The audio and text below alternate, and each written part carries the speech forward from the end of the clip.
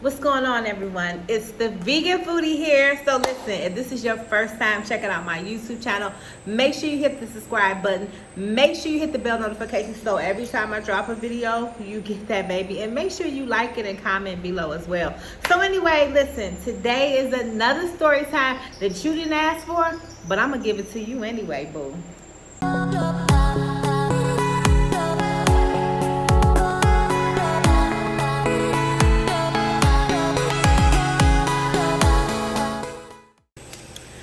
So I don't know if y'all can hear the fan in the background, but guess what? It's hot. I'm in Nigeria. It's hot. It's hot. Y'all see my bottle of water in the back? Because it's hot. Because you need to keep water on deck. But anyway, guess what? Today is another story time. And this story time is a page out of my book. And this is about the time that I was in a major car accident. So for those who don't know, because maybe you haven't seen me in public, or maybe you thought that's just how I move my forehead and it was a crease, but no. Y'all see this? See this? Don't mind my baby hairs because I'm sweating. I'm gonna get them together. But y'all see this? This right here. So, listen, I was in a major car accident when I was 17 years old, where my head went through the windshield like bad out, right? But it's more to the story than just being in a car accident. So let me break it out to you. I was 17 years old. I was riding out with my high school sweetheart, where we was always doing stuff and doing all this kind of stuff, and he was driving his mom's minivan. So this particular night, we went to his house to watch the movie Seven, which I have never watched that movie ever again since this incident. But we went to his house, we watched the movie, and then I was going back to my cousin's house. I fell asleep in the car, right? And, excuse me, I'm hot, y'all. Okay.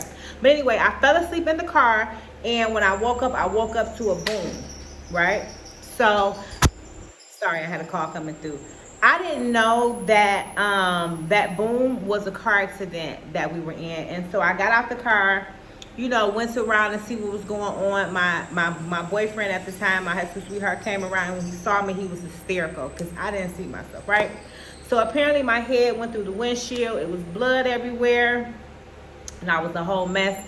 You know, they told me where my fingerprints were on the van. You know, bloody fingerprints and all this kind of stuff. So listen, we on the freeway. It's late. It's like 2, 3 o'clock in the morning. We in Detroit. But it's late. Nobody's on the freeway. Well, apparently somebody pulled up who we don't know. I can't even tell you who these people were, who these ladies were, but they pulled up on us. They put us in the backseat of the car. They had a towel for me. They wrapped my head up, and then the next thing I know, I started to pray. Now, mind you, at this point, I was really, I would say religious. As a teenager, I was very religious because me and my mom was going to church all the time. And I just started speaking in tongues and praying. I just knew to pray. Not knowing if my life was in danger or what, but I just began to pray. Praying. And when I woke up in the hospital, and they were cutting my clothes off.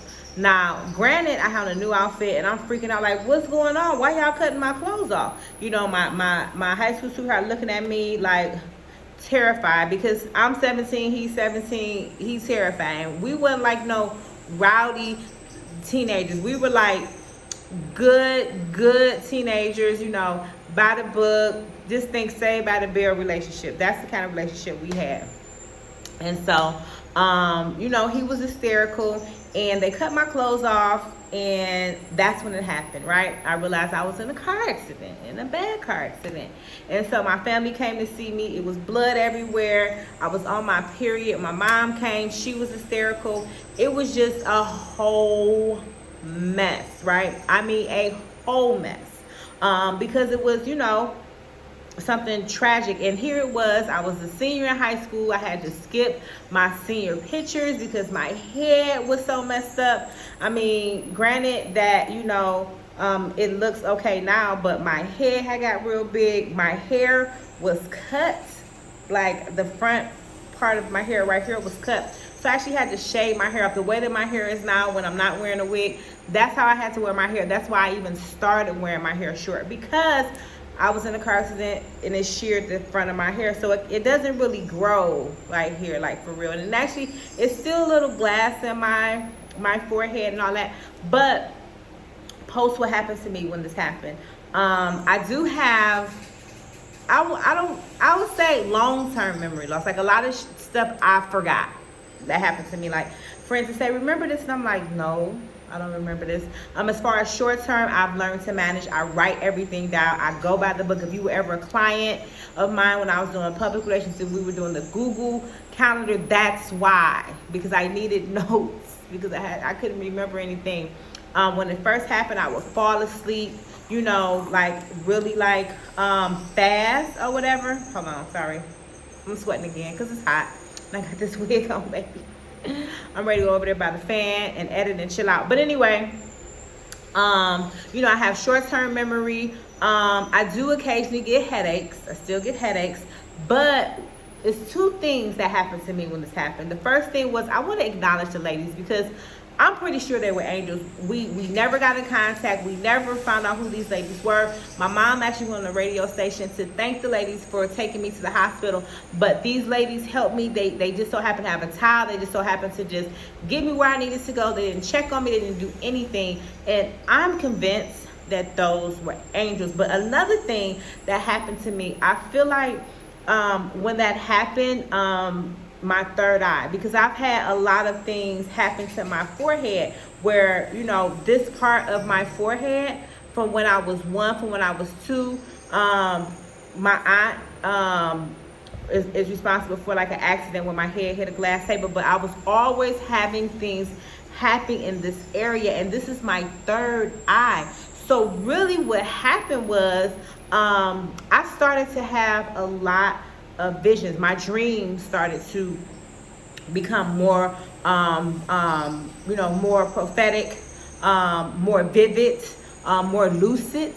I also started to be able to communicate with people in my dreams that were on the other side. So really, I feel like that may have been an attempt to take me out of here, but all it did really was I was protected, and it was to take me to my next level. And you know, my third eye, which was maybe supposed to have been damaged, it was actually exposed, right? And so a lot of things, even though, you know, there's things that happen as far as, you know, headaches and memory and stuff like that, I will say that spiritually I changed because of this. And you know, I'm very protective of my third eye now. I'm very protective of this area.